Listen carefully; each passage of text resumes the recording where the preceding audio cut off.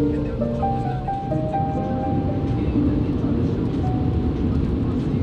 a while ago, and by a while ago, I mean a year and a half ago, I went on a road trip to Boston from here in Colorado, specifically Denver, to Boston. And I brought a lot of cameras, probably too many cameras looking back at it, but they all had a different use case. I brought the Pentax K1000, and that I used mostly for the road trip, shooting landscapes along, like during the road trip. I also brought the Fuji X-E1. That one I used once I was in Boston, shooting around town, a little street photography. And so that means I did lie in the street photography downtown Denver video where I said I haven't shot much street photography since then.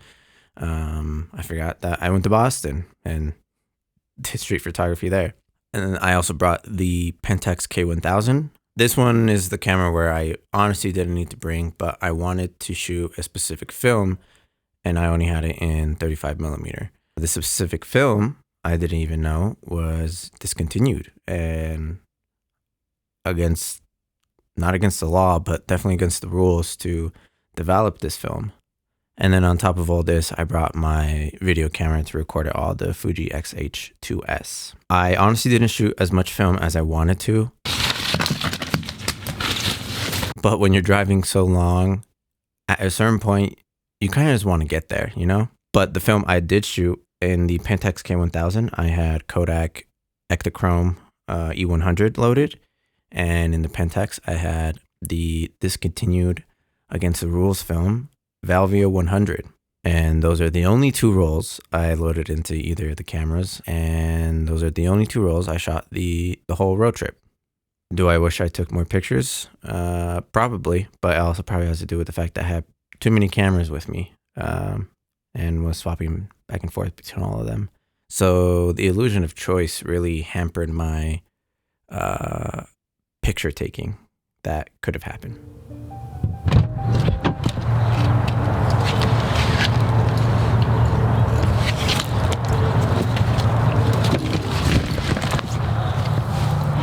All packed, just gotta pick up the passenger and we're on our way. 2,040 miles, 30 hours. We're getting there tomorrow night. What did I say? How many miles are there? 20, 40, like 340-ish, in Nebraska. Time to choose a film to load up. Choose one. Looks like we're shooting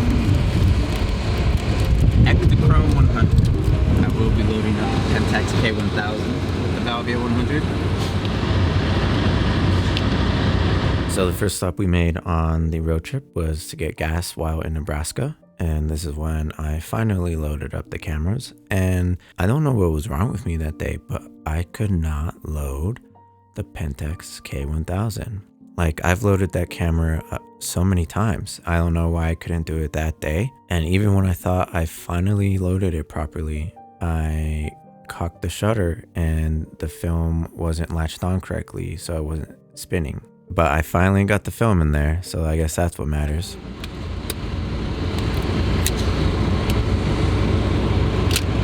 Man, we're not, I just lost a frame.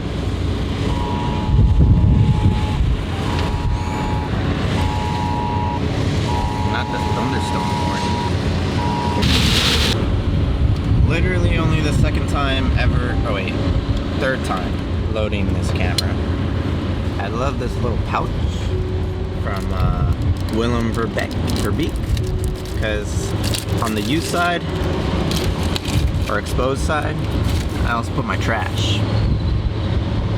Can't be littering.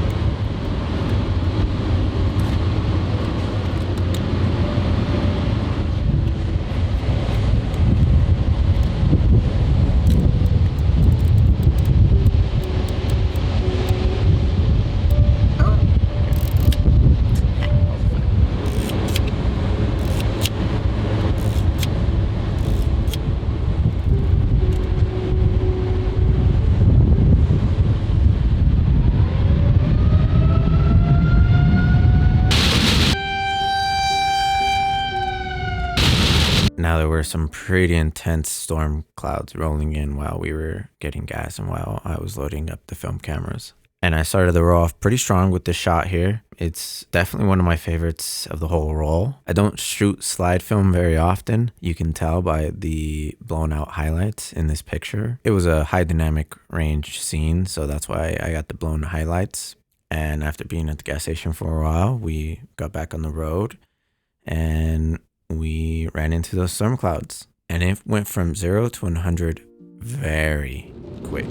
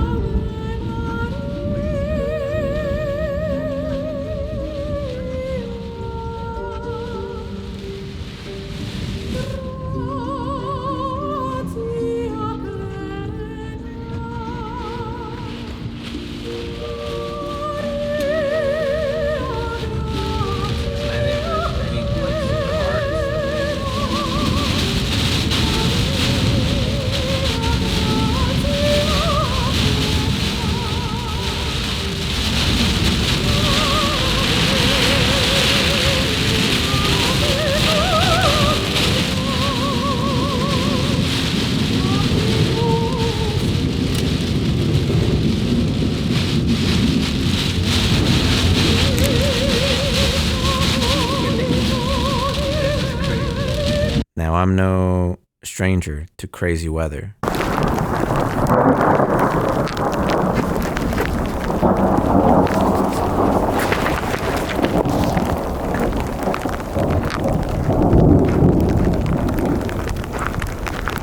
But this was intense. When it first started, honestly, it wasn't even raining that much. It was, but it was the wind that was knocking the wind sideways, and you just could not see anything. Right when it started, we had to pull out to the side of the road. Also, we were surrounded by trailers, so that added to the vibe of the intensity of the situation. I had to pull off to the side of the road a little bit. Everyone started driving super slow, like you couldn't see anything. It was very intense. But of course, when you're in situations like that, you got to take some good pictures. Now, I do not condone driving and taking pictures, but that did allow for pictures like this to happen. But obviously, safety first. We decided to stop at the next exit and stop at another gas station just for the storm to blow over, to blow past us. And by the time we had gotten there, it had already subsided substantially. But since we had stopped again, I took this opportunity to take some more pictures. The scenery there with all the clouds and the sun was setting, it was prime. It was prime lighting. It was a prime scenario for photography. That was probably some of the most intense rain I've ever, or probably the most intense rain I've ever experienced. First time putting this big boy on this tripod. This should hold though. Let's see what I can get. It is.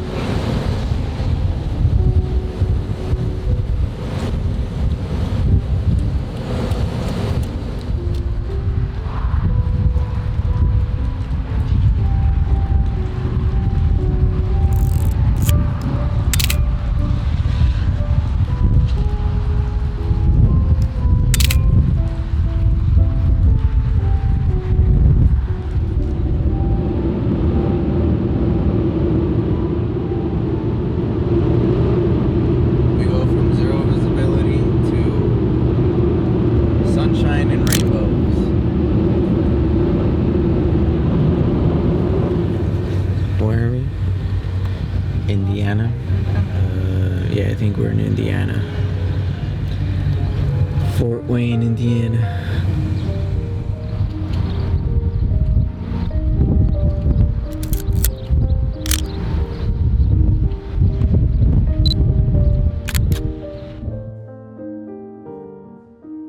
This had only been my second time out in the East Coast, so it's always interesting to see the East Coast and how different it is from out here in Colorado.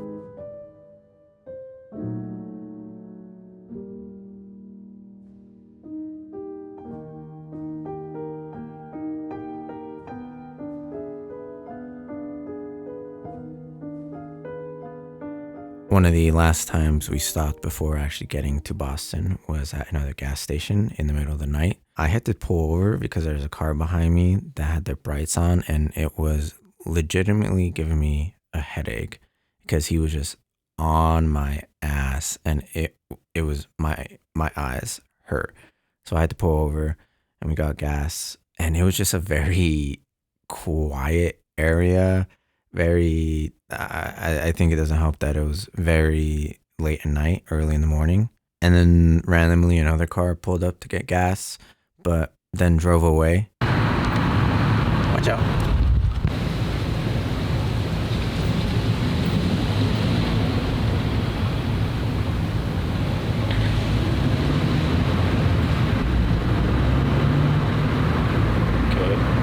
You know, maybe we scared them away because they saw me with a camera and then someone recording me with another camera. So maybe we scared them away. It was just a very weird spot. And to make things weirder, I tried to take a long exposure.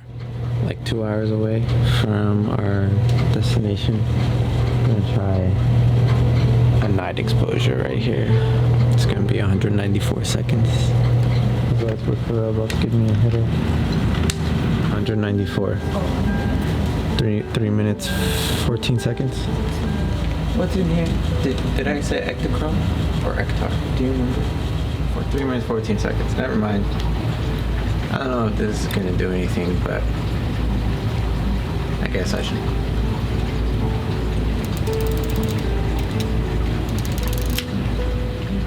I don't know if I like this composition.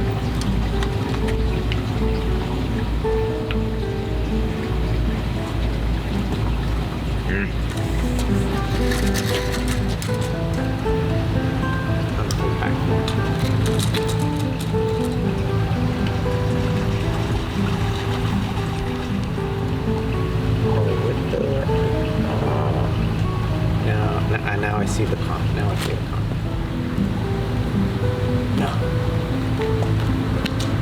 Yeah.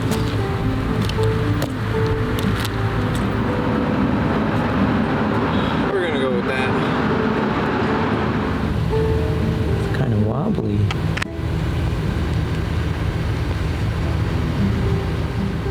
Alright, well, this might turn out bad. And it's also not the mirror lockup version. So once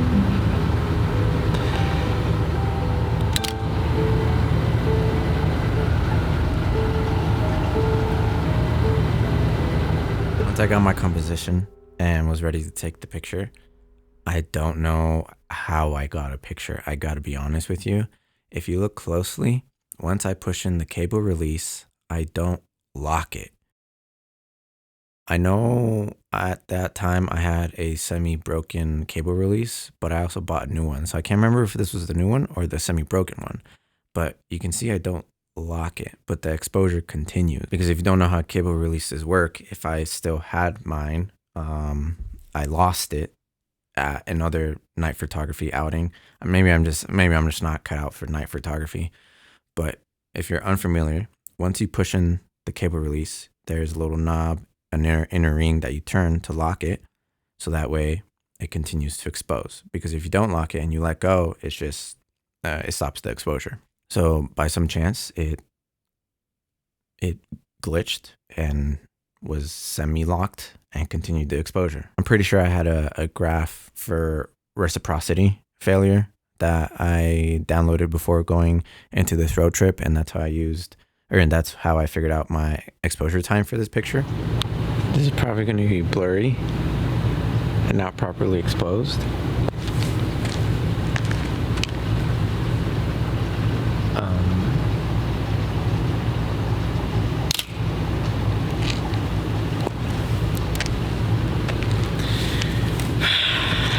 I hope it got something though. And at the end of the exposure, you see that I put my phone up to the camera lens, and then I turn the shutter speed knob to stop the exposure. Now at this point, I think I was just not thinking clearly, and maybe I realized that I didn't lock it, but it was also continuing the exposure. So maybe I tried to undo the cable release and it didn't work. I don't know why I turned the shutter release. That did stop the picture, but I also put my phone up against the lens so that way that would stop the exposure. I don't know what happened to my I don't know why I didn't use the cap, the lens cap, instead of my phone. I don't know, but I wanted to put that in front of it first before turning the knob, so that way I wouldn't introduce, or if I did introduce any shake, it wouldn't, the exposure is technically already stopped because I put something in front of the lens. So I wanted to avoid any camera shake, especially since I do not have the mirror lockup version. And I guess also because I turned the physical shutter speed knob instead of using the cable release. So realistically, this picture happened just by miracle, to be honest. And it turned out okay. This is on slide film, keep that in mind. And it turned out okay. There was only one car that drove by. I'm pretty sure I tried to not capture the headlights of it by also putting my lens cap or my phone in front of the lens to try to not capture any headlights going by. But you can see a little streak. And that's okay. I think the picture turned out okay considering everything that I went through to try to take that picture. Once we got to Boston, while we were there, of course, we had some good food, some good drinks. We walked around the city.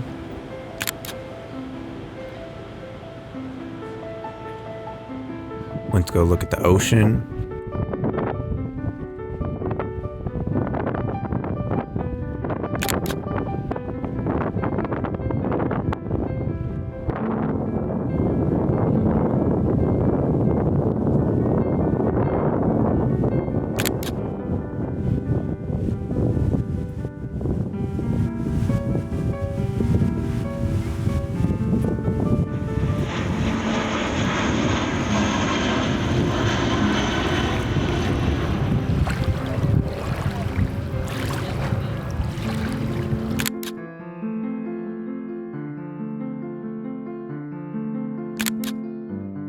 Learned about the apparent last manned lighthouse in America.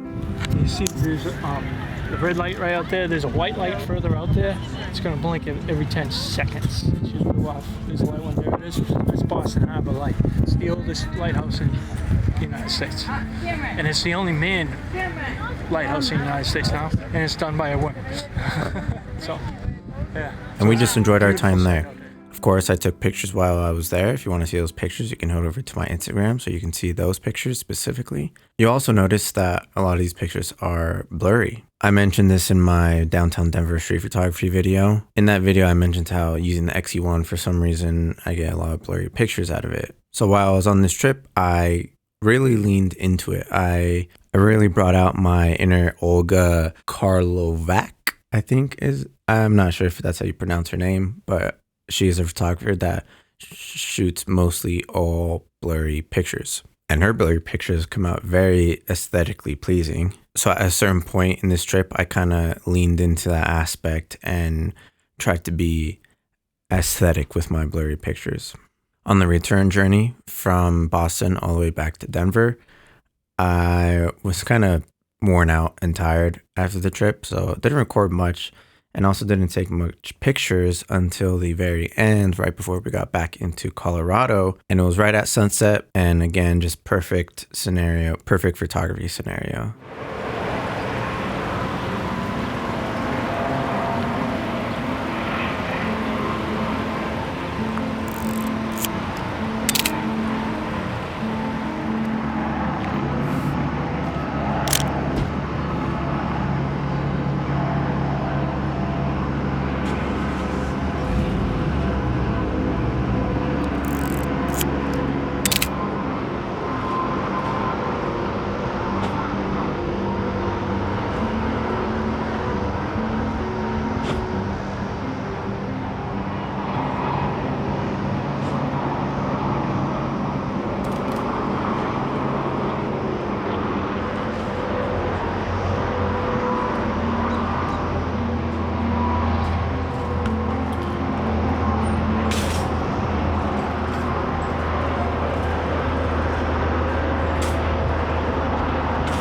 And that was it. That was the road trip to Boston and the return trip back. Obviously, most of these pictures were taken at the beginning and at the end of the road trip on the way back. The middle portion of almost getting to Boston and on the way back leaving Boston, that part of the road trip was kind of lower energy for being in the car for so long, and just kind of wanted to get to our destination. But I'm glad I was able to capture the pictures I got on the way there and on the way back. And also Boston itself was a very enjoyable time, our few days there. And just all around, I got good pictures out of the whole trip, and that's all I can ask for. But that's it for this video. If you have any questions about anything that you saw, go ahead and leave a comment down below, and I will get back to you. And if you wanted to see more of these pictures that I took and the ones I took while in Boston, go ahead and head over to my Instagram. But for now, I'll see you next time. See ya.